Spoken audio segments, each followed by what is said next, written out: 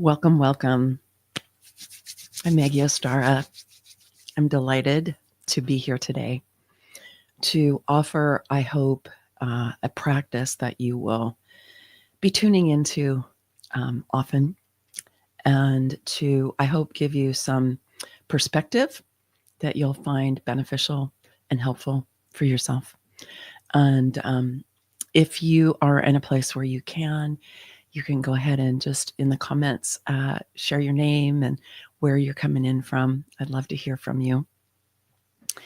And so today our topic is Radiance and Energetic Adeptness. This is an episode in the Life Mastery series.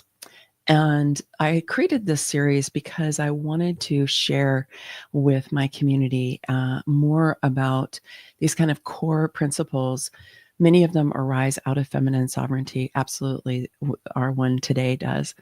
That are spiritual principles for us during this kind of challenging and chaotic time here on planet Earth.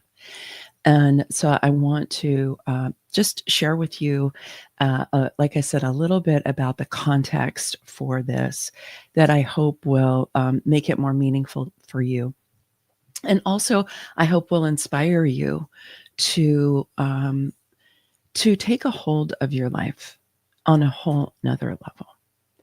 So I know many people here in the United States, and actually I've been talking to people around the world, have a lot of different emotions about what happened with the presidential election here in the United States.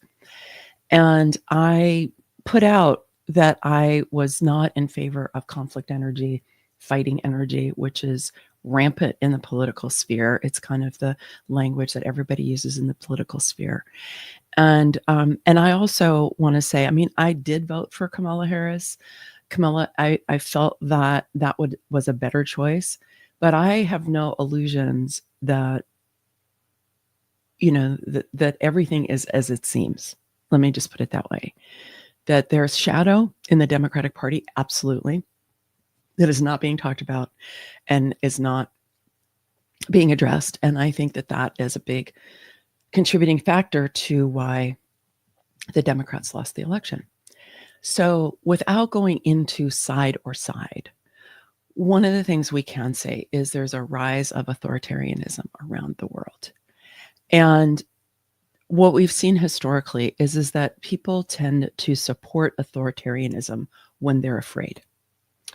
And authoritarianism gets a foothold when people are in fear, and then it stimulates people's fear.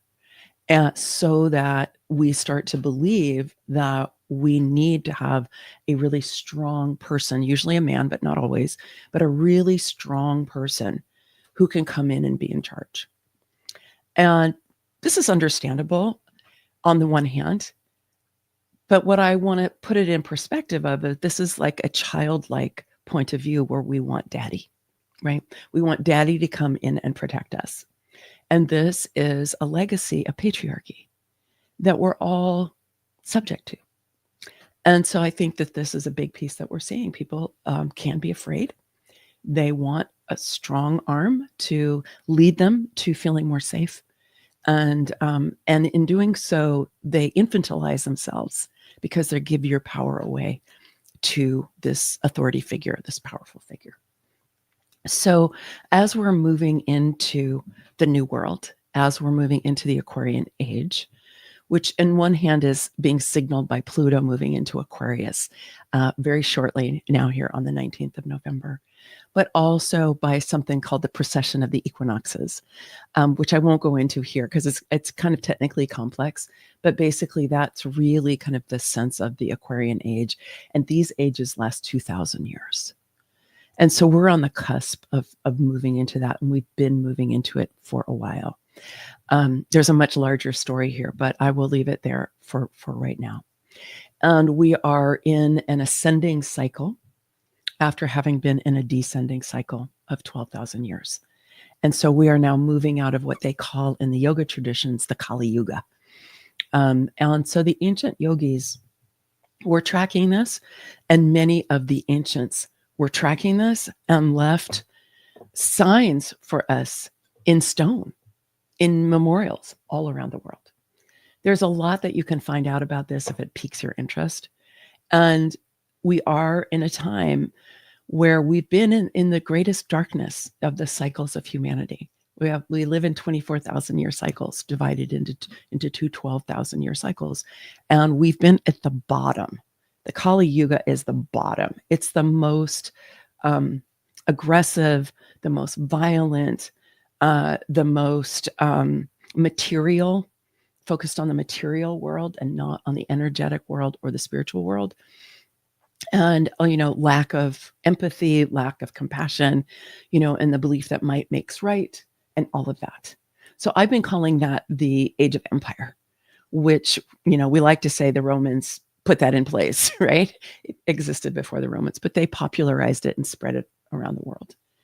And so we've been living with the vestiges of this. And some people would say that we did have great avatars who came to show us, like the Buddha or like Jesus, to show us that love and compassion and really living from our hearts is the way to go. Of course, we know that there's been a lot of corruption of those teachings, but we had this to carry us through this really dark time. And we are fortunate now to be at the beginning of this ascending cycle.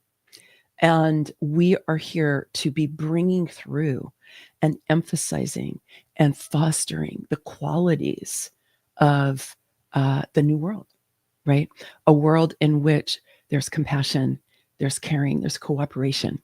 And some of the research that I've been looking at even says that we have, during this time, while we're moving into what becomes the golden age, eventually, this is thousands of years away, but eventually, is that actually we live longer, we don't have a disease, our bodies are bigger, our brains are bigger, and we have what to us would seem like superhuman powers because we are adept with energy and we are adept with our consciousness. And so we're right here at this cusp of moving back into a cycle where more and more information and practices and perspectives are coming to us about moving in that direction. We are very, very fortunate here in the West. During this last 50 years, we've been receiving so many wisdom traditions that were developed and have survived in Asia. Now, I'm sure that there's been distortions and all kinds of things because during the Kali Yuga, that's going to happen. But we have the yoga traditions that were created long, long ago when we were more enlightened, when we had more perspective, when we had the ability to understand energy more powerfully and to know how to work with our consciousness. And so we've been having many different forms coming to us, whether it's the yoga traditions, whether it's forms that come out of martial arts, right, which are also energy practices, or whether it's like Ayurvedic medicine or Chinese medicine, right? These are all ancient forms that we've been blessed to receive here in the West, because Western culture, unfortunately, has been mired in this age of empire, which is very much about might makes right, very, very coercive, very violent. And so the good news, of course, is that we're evolving out of this, right? We're evolving out of this. And every single one of us has a role to play in this. Your decisions about the qualities of energy that you choose to experience, to embrace, to embody, and to send out into the world. Because make no mistake about it, you are emanating an energy signature at all times. One of my main spiritual teachers named Oren, who's a light being, says, we see you from the dimension that they're in. We see you by the quality of your light, by your energy signature, right? And so human design helps us to understand our energy signature. It helps us to see, oh, these are the energies that I have regular, ongoing, reliable access to, that I am continually experiencing and expressing out into the world. And there's not just one way to express any of those energies. There's at least 3 different ways. So part of our soul curriculum, if you will, is to look at our definition in human design, the colored parts of your chart, and to focus on expressing the most awakened and highest, most empowered expression of any part of your chart, whether that's channels, centers, or gates, or your profile, your type, your strategy, your authority, whatever it is, that we are looking to elevate the frequency, right?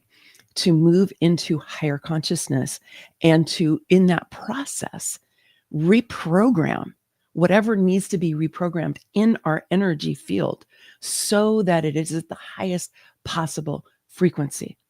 And this is something that each and every one of us can do. And I believe this is a critical way that we are contributing to this ascension cycle. Now, I'm not really necessarily talking about ascension the way other people talk about it. Okay. I haven't done enough research on that.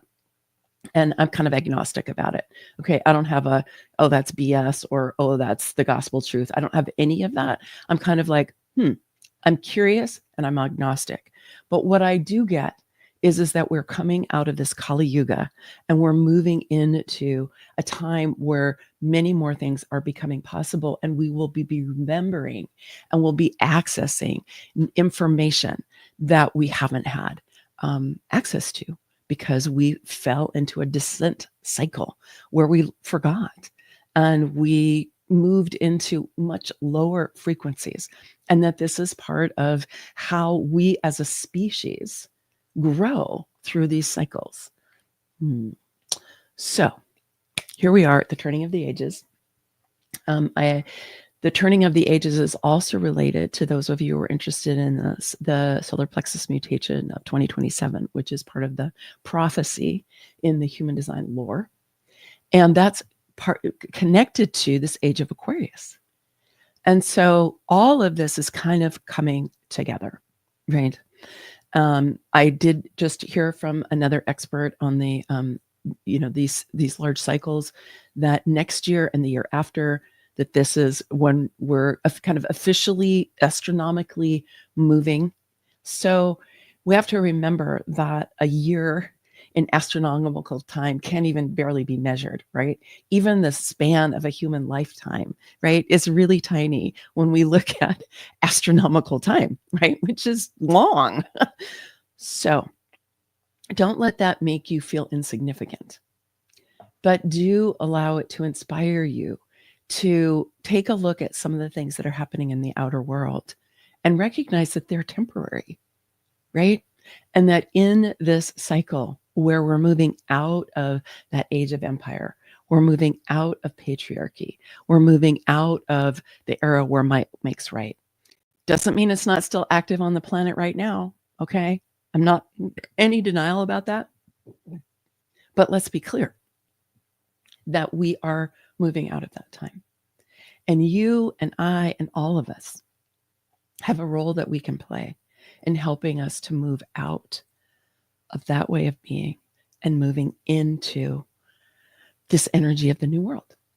So that's what we're going to be working with today, is raising our frequency through a Kriya that's specifically about radiance. So just before we get to that, I want to read to you. So if you haven't heard yet about my book, I wrote a book called Feminine Sovereignty, 8 Pillars for Regenerating Ourselves and Our World. And pillar number 4 is called Radiance and Energetic Adeptness. So I just want to read this little piece here to you. What is this, right? It's having the energetic power and resilience to effectively meet life's challenges with confidence and clarity. Knowing how to build and harness your energy and direct it when and where you will. I'm going to read that again. Having the energetic power and resilience to effectively meet life's challenges with confidence and clarity. Knowing how to build and harness your energy and direct it when and where you will. And now this is part of what you can do with the kind of energy practices that I teach, is exactly that. And it's why I teach them. Because my experience is human design is an incredibly powerful tool for helping to illuminate things, right? And it helps us be able to identify where we may need to decondition, where we may have been programmed against a deeper truth for ourselves. But it doesn't show us how to do it, right? That wasn't part of traditional human design. Ra used to just say, if you just try to live your strategy and your authority, after 7 years, you'll be changed. And I think he said that. I mean, I've heard this, that it's because every cell in your body will be different after 7 years. But that's not my experience. If you are not actively working with your energy, if you're not actively working with your consciousness, just learning your type and strategy and authority isn't necessarily going to change you. And you might not even really be able to access it if you're not working at the level of consciousness and energy and spirit. Because human design is a spiritual, energetic system. People keep thinking it's a personality system, right? It's not a personality system. It's an energetic spiritual system, a template for how we as a species are evolving overall, right? If you look at the whole chart, right? And then how you are evolving as a spirit, having a human experience. And so it helps us with that, but it doesn't show us where, or it does show us where, it doesn't show us how. So this is why so many different human design experts also pair human design with something else. Like my mentor, Karen Curry Parker, she pairs it with EFT, emotional freedom technique tapping, right? And she also uses essential oils. I know Robin Wynn wrote a book about essential oils. She partnered with a guy who was an expert in that, created their own essential oils going with human design. It's brilliant, right? So, and I use Kundalini Yoga and energy practices. So there's many different ways that you can do this. But it is vital that we have these practices and that we do them, right? That's the key. And in the Sovereign Sisterhood, which is my online community, we are working with spiritual practice this month. And we've been diving into that. And, I've been giving a lot of different possibilities for that. And I have a whole chapter in my book also about spiritual practice. It's called Your Daily Date with the Divine. So it builds on the first 4 pillars, which is the first one is co-creating with the flow of life, which has to do with our type, strategy, and authority. And then our emotional wisdom, which does have to do with the emotional solar plexus, but it also has to do with our early childhood experience and also what we brought in with us from other lives and from our soul's journey. And then our physical form, our embodiment, and our relationship to the living world, and then radiance and energetic adeptness. These 4 pillars direct us to the places in the inner landscape where we can grow ourselves so that we can become more elevated beings, so that we can move out of being mired in fear and projecting fear out into the world, which is ratcheted up massively this week among a lot of people. So we do not want to be subject to fear. We do not want fear to rule our lives. So if you've been falling into fear, I totally get it. I've been doing my own dance with fear, actually, for most of this year. And so we need to really grow our power and our resilience on the inside so that fear isn't running our nervous system and isn't running our decisions. Because here's the thing, if you're in fear, you're going to have a really hard time accessing your human design authority because your nervous system is tweaked, your frontal lobe is not online, and you can't even really think straight, right? Much less connect to your energy body, which is where your authorities come from. So we really want to grab a hold of our emotions, right? Which is what emotional wisdom is all about. And we use the physical body, okay, to work with our emotions and to work with our energy. We move and work, use the form, right? But it's not just about material reality, because emotions, after all, are energy in motion, right? So they're a form of energy. And then we also have a whole energy body. Our mental body is energy, right? Our emotions are energy. We are energy beings. This is one of the huge gifts that we've received from the wisdom traditions from Asia. And human design has the chakra system inside of it, right? The energy centers. And so all of these things are coming together, right? And so I want you just to think for a moment about how we think about energy here in general in the West, and also how you think about energy in your own life. Just think about that for a second. So out in mainstream media, right, which is all curated and manipulated. I hope everybody knows that. It doesn't matter who you're tuning into. You always have to use your critical thinking. You always have to be discerning. But anyway, out there, if anybody's talking about energy, it's generally they're talking about, oil, gas, solar, wind, water, power, right? Ways that we create electricity primarily and heat, right? That's what people think of as power. And we've done a really good job of breaking power out of the earth in practically every way we've been able to, whether that's cutting down forests or putting dams and rivers, or mining for oil and gas and coal and all of, right? We've been doing it. This is what we've been doing as part of the Industrial Revolution and then the technological revolution. And so we're evolving out of this, right? That way of thinking about power and that way of thinking about energy. But think about your own experience. I mean, I heard a statistic recently, which really blew me away. It was something like 85% of people in the United States have some kind of chronic condition. 85% of people. Now, I don't know how they actually come up with that, but even if it's 50%, it's still, wow. So we have an personal energy crisis, right? So many people are burned out. So many people are exhausted. And the thing I want to say is I think that it is because we're trying to keep up with a system that doesn't work, right? The system that we've been in. And this is, if we go back to the human design procession of the equinoxes, right? We've been in the incarnation cross of planning. And so this was all about creating these big systems, more and more systems, bigger and bigger systems, right? But now we're at the end of that era. And that is all starting to go down, right? And so these systems that we have adhered to are not delivering to us the things that they promised. I talk virtually every week to people who come to me for human design readings who are like, I did the thing. I went to school. I got the job. I had the family. I bought the house. I did the thing, right? And why am I so unhappy, right? Why am I unfulfilled? Well, it's because you were following a track that came from the outside rather than coming from the inside. You gave your power away to outside forces that told you what to do and told you who to be and told you what was okay and what wasn't okay. Now, this is not personal. It's not like you personally did that. We all did it, right? And the good news is we're all awakening up and out of it.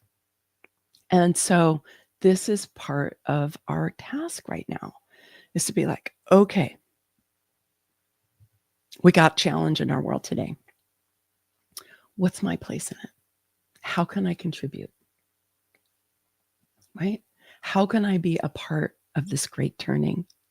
How can I help be bringing more compassion, caring, love, cooperation, collaboration, really listening to each other, being willing to put down our protections, put down our arrogance, put down our sense that, well, I'm right, therefore you must be wrong, right? Put all that down so that we can start to connect on a different level. Now, I do believe that as we're moving into this, the first thing that we each do, and this is part of the age of Aquarius, is yes, it is about personal sovereignty in the sense that we're moving out of submitting to top-down authority. But it's also about sovereignty in community. And so we want to be looking at what communities are we a part of? How can we elevate the consciousness of the communities that we're a part of? How can we come together with people that we feel simpatico enough that we're like, okay, we're coming together to help bring more light into the world, to help raise our frequency, right? To help have us, have difficult conversations, right? So this is what all of us can do in our own spheres and in our own communities. And we're going to need that as we move forward. And I would just say we want to also be able to honor diversity inside of our communities, because diversity is our wealth. And human design shows us how incredibly diverse we are, right? We're so diverse. I see different charts. I'm like, wow, everybody's so different. So we want to honor that, right? And not, you see, this is what the old paradigm was about: conform and consume, conform and consume, consume, right? This is late capitalism. And so this demand for conforming, that's part of what we're just going, no. And human design is like, conform to what? You are all so different from each other. Honor what each of you brings. Elevate how you're expressing your definition. Elevate how you're expressing your openness, right? Elevate how you're expressing your profile and your strategy and your authority, right? Elevate all of those things, right? And as you do, you will be a blessing to yourself, to everyone around you, and the world. So we're going to do a Kriya practice, and we're going to just warm up a little bit to get some energy flowing. So I want to let you know, Kriya is a term. It gets used for different things, but when I use it in relation to Kundalini Yoga, usually what it means is it's a sequence of movements, usually breath of some kind, and then also sometimes mantra. We're not going to do mantra today, but sometimes mantra. So the sound current is really big in the yoga traditions. So, but today we're going to use breath and movement primarily. Okay. So, let's just start. You can sit in the chair and just go ahead and start moving your pelvis around the chair. So you want to sort of feel your sit bones and your tailbone and your pubic bone as you're tilting your pelvis around in a circle. And this is just a way to start to warm up the spine. And as you do this, you can also contract and then extend a little bit in your spine. So we're just letting our bodies warm up. And I'm going to encourage you just to kind of, you can close your eyes, enjoy your body, enjoy this movement. And then let's go the other way. And you're just moving around on your chair, moving your pelvis, getting some fluid moving in the connective tissue. Good.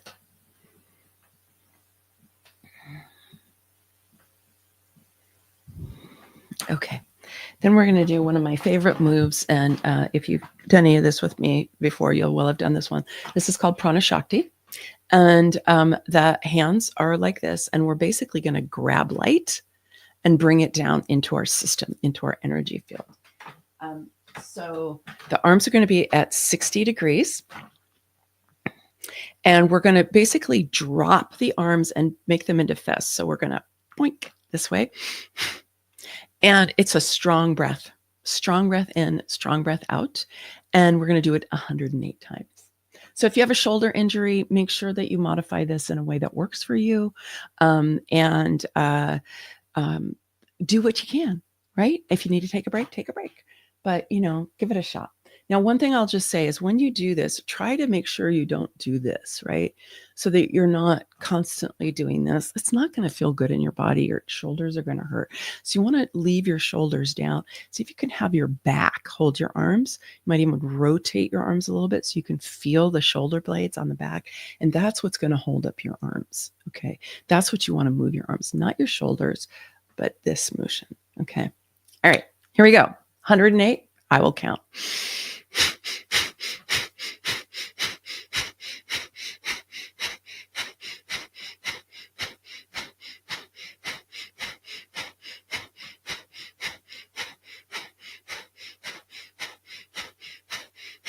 30.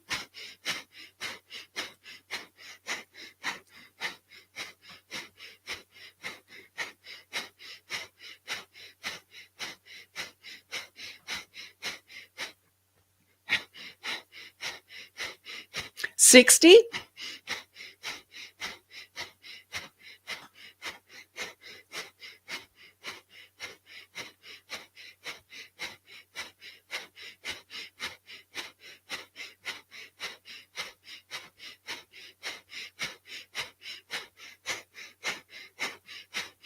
100.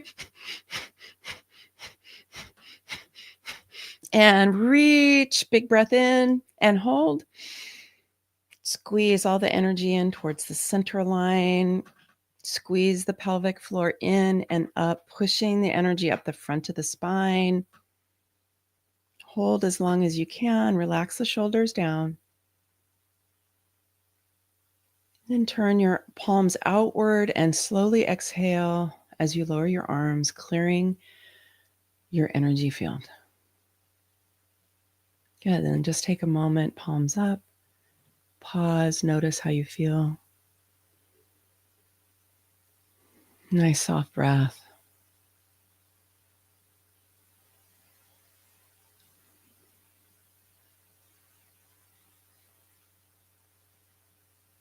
Good. Okay. Now we're going to do this Kriya for Radiance. That was our warm up. So there are 3 different parts, and they're quite vigorous, but they're short. So don't worry too much if you're like, oh, this is kind of big, because it is. I'm just gonna have a little sip of water. You can have a little sip of water if you want.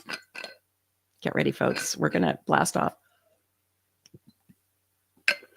And here's the thing I want to say, I know sometimes when people first come to practices like this, they're like, wow, that's intense. It's hard. It's whatever, right?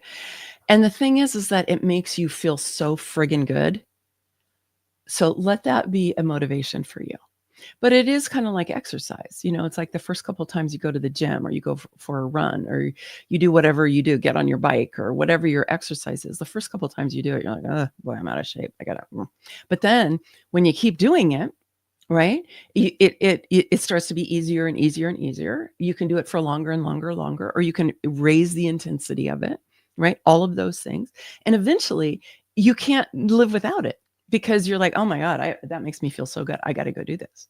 So that's what's possible when you decide to do these practices on a regular basis, is that it can draw you in to your spiritual practice.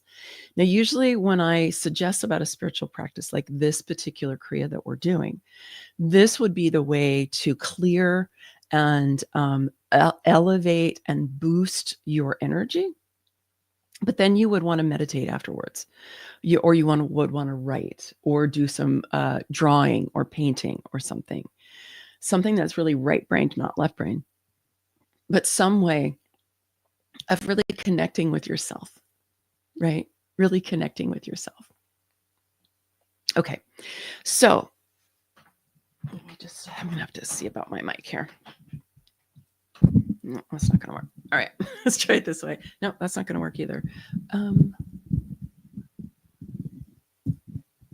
right, you guys might have a little bit of a harder time hearing me. Hopefully not, but we'll see. Okay, so this first one is chopping. So the hands are together. The hands are together. And this is the start position, is up. Okay, so get yourself in a position, I'm having to reposition myself here, where you can do this and you're not going to hit anything. Right, you're not going to hit anything. And it's a strong breath. All right, here we go. 2 minutes. Just get my timer on here. So it's just 2 minutes. Go for it.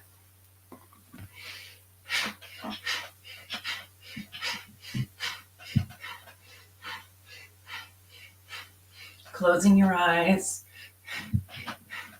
Really setting your intention to clear out anything that's in the way of you raising your frequency. Clearing out any pain, sadness, fear out of your heart. Let yourself really drop in.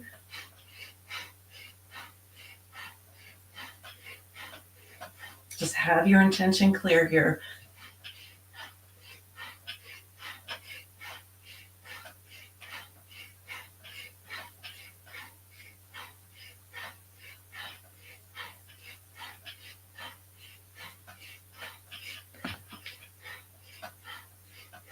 You're doing great. One more minute to go. If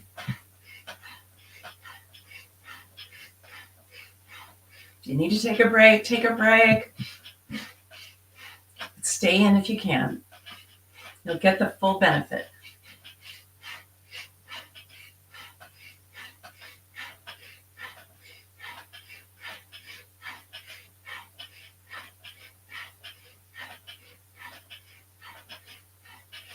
You can do it. Stay with it.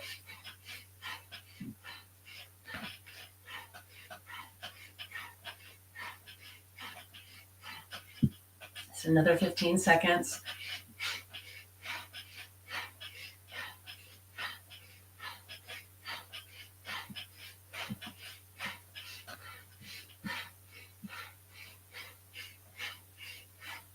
Good. And reaching up.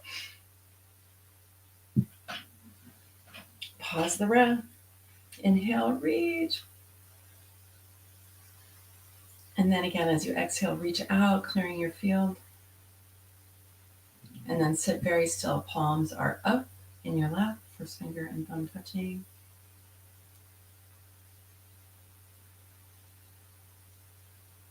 Be very still. As you do that, when the physical body becomes very still, the energy body can expand. And also the prana, which has intelligence, your energy has intelligence. And it will go where you need it.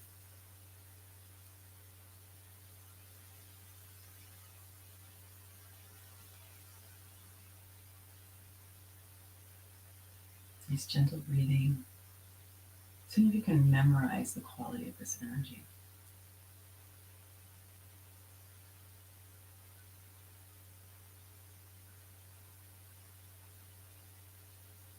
Whew, okay, good. Boy, I could stay there for a while. All right, let's do the second part. Whew. Okay, see, this is the thing, right? It's like we don't necessarily need mind-altering substances. We can do mind-altering just with our own body and our breath. It's amazing. All right, so the second part, the arms are going to be at the side, and we're going to, with some enthusiasm, we're going to bring the hands right. They don't touch. You can hear me. Okay. The hands don't touch. The eyes are closed, and then they open. So it's like this.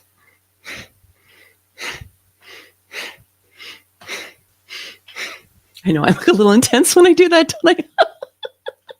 Well, it's kind of an intense movement. Okay, so enjoy, right? So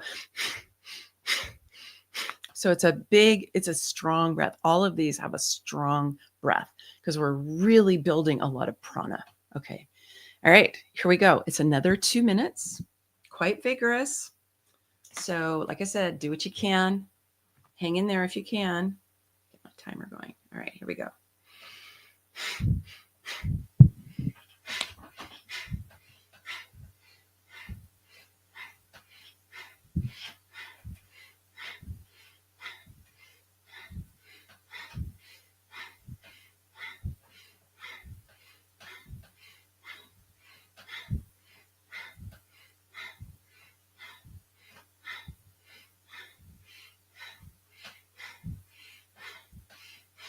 You're like pumping energy into your heart. The heart is the center of your radiance. Think of fueling your will center and your G center.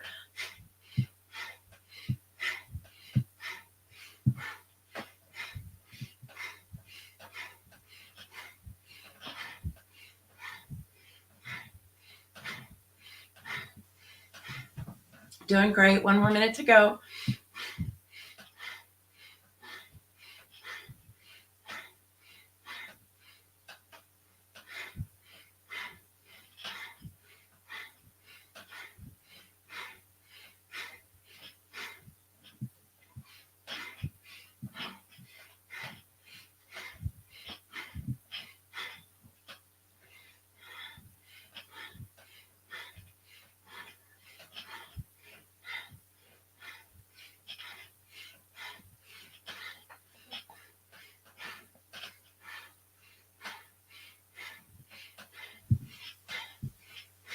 Just a little bit more. Stay with it.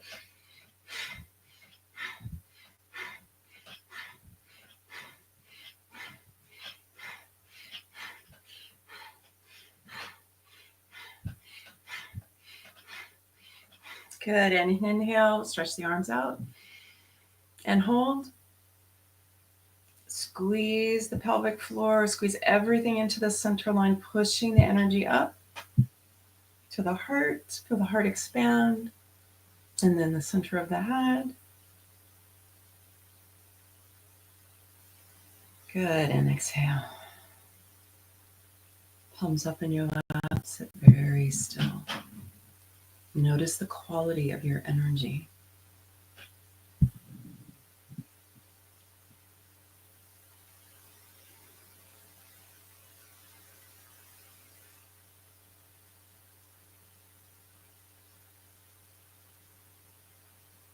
See if you can trace the outline of your body from the inside.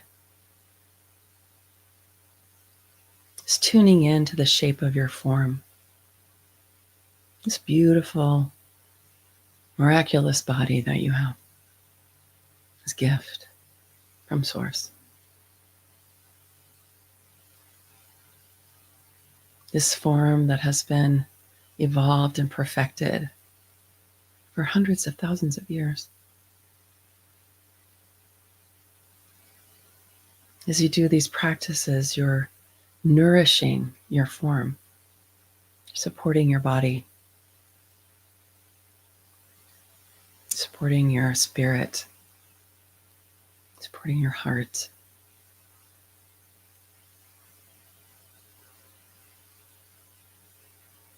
Good. All right. One more. Are you with me? One more. All right. So again, this is just 2 minutes. So this one, the arms are out in front of you. Okay. And that's it. So inhale, exhale, inhale, exhale. Here we go.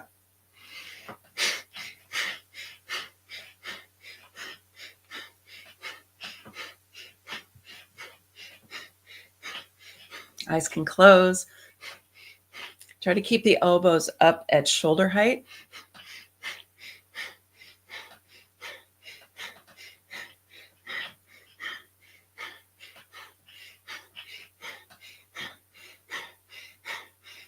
Nice, vigorous breath. Really building your pranic force.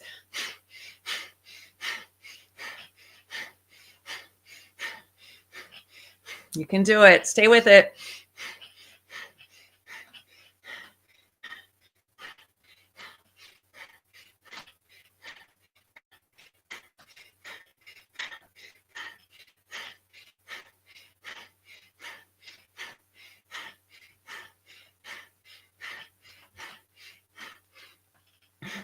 Just 1 more minute to go. Here we go.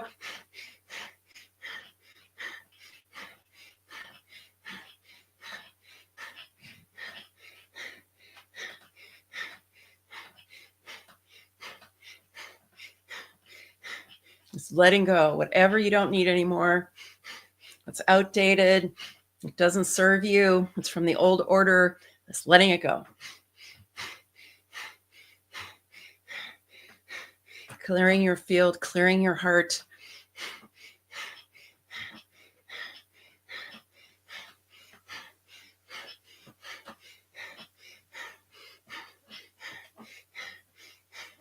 Just a few more.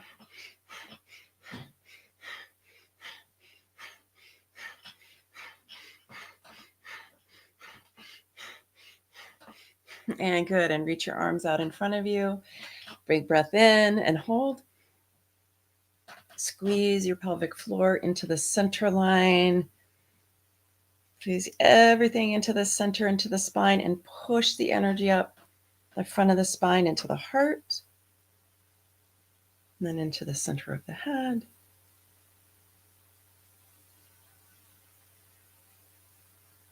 Exhale when you need to. Hold if you can.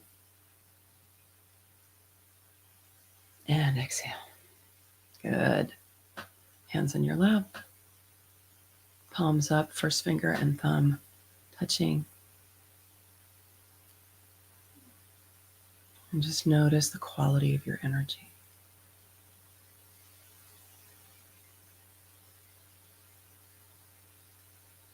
Be still, alert.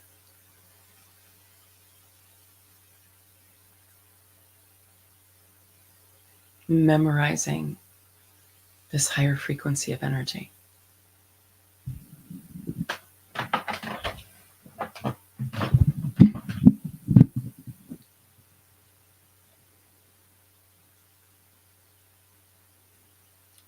When you do a practice like this in the morning, you tune your energy to the highest frequency that you can reach on that particular day.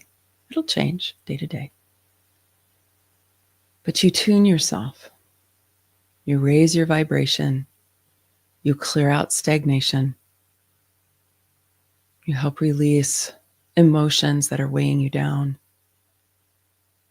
You open to the guidance that's always available from the inside. All human design authorities come from our inner guidance.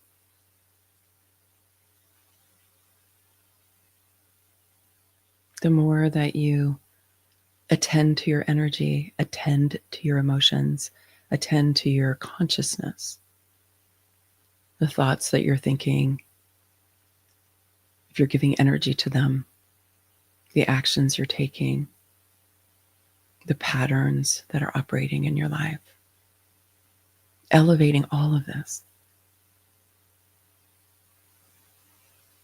This gives you more and more command of your life.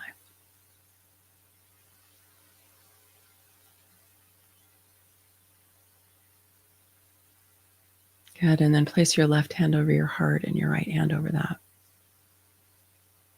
And we're going to do one final breath to close here today. We're going to do this for 3 minutes. And this is a calming and cooling breath. And then I would love to hear from you about what you received today. And I also have a couple of things I want to share with you. But this is, we roll in, we breathe in through the rolled tongue. It's called Satali breath. If you can't roll your tongue, you just do it through the clenched teeth. So it's like this. Now through the nose. Or, and if you can't roll your tongue, don't worry about it. It's a genetic thing. You can't really learn how to do it, so it's fine. Okay? Just 3 minutes. So just tune in to this central column of light. This is the core of your spiritual essence, is this column of light that runs right in front of the spine and enlivens the physical body and then extends out into your auric field. Okay? So let's just pay attention to that during this last 3 minutes of breathing. Closing your eyes.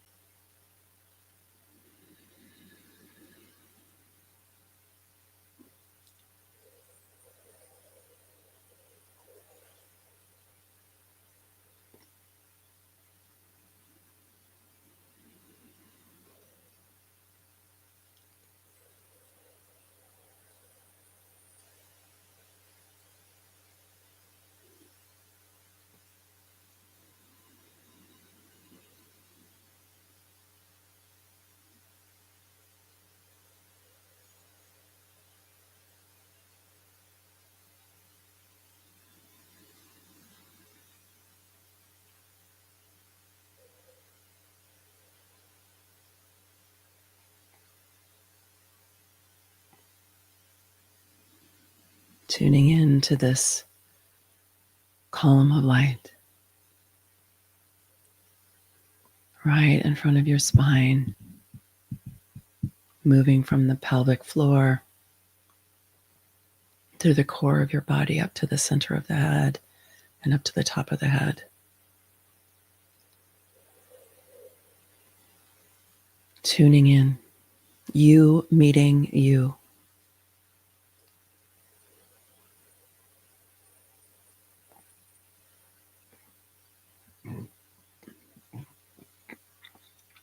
As you do practices like the ones we just did, you raise the frequency of your personality, becoming a more soul-infused personality. And as you do that, you become more able to connect with your divine self, your inner being, this column of light. This is your spiritual aspect. And when we're in our lower frequency, it can be hard to feel this part of us. So when you practice, make sure that you tune in to the central column of light, the information that's here, the guidance, the love that is radiating to you and helping to illuminate and uplift your energy signature.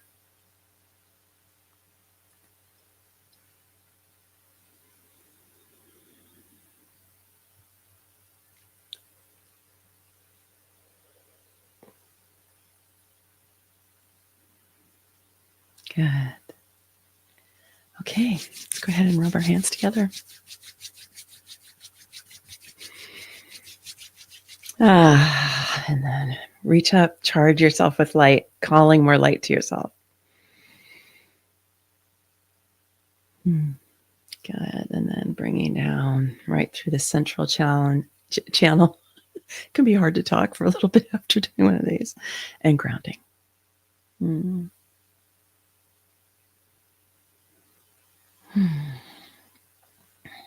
Thank you for being here. Thank you to those of you who are going to watch the replay later and those of you who are going to use this as a practice. Thank you. And if you like this, we do this kind of thing in the Sovereign Sisterhood every month. And we offer a new practice. We all practice. We have ways that we support each other in that. And I invite you to come check it out. I'm going to put the link in the chat here. I think you'll be able to see it.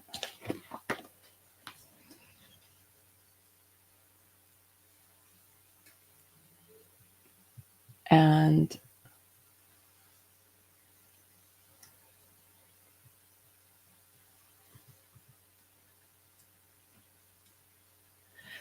this is a way for you to tune into an energetic and compassionate and feminine focused community to support you during challenging times. And we do these practices, we share with each other. I just heard from a couple of people yesterday about how deeply moved they've been by the level of listening. They feel heard, they feel seen, they feel known. And this is a big piece for all of us, right? So if you're looking for a container of support during this time, please come check out the Sisterhood. So that's one piece. And then the other I wanted to mention to you is I am doing an intensive I'm going to put the link for this here in the chat too, called the Aquarian Activation and Initiation. It's happening on the 19th through the 21st of November. And we will be looking at these larger cycles and what this Aquarian energy has to offer us. And then what is each of our role? What's our legacy?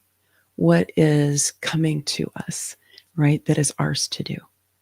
Because I really feel like during this time, it's important that all of us are activated to be engaging and contributing positively towards moving into this more feminine way of being. So check out my book, femininesovereigntybook.com. Come join us in the Sisterhood. This isn't a community event for the Becoming Sovereign community. And also come to the Aquarian Activation. And I will also offer a VIP experience for those of you who want to go more deeply into that or work a bit more with me on that. But those 3 days are going to be an opportunity for you to step out of, focusing on the outer world, focusing more on the inner world, focusing more on what's true for you, and then seeing where do you want to put your energy as you move forward into this new phase that we as a humanity are moving into.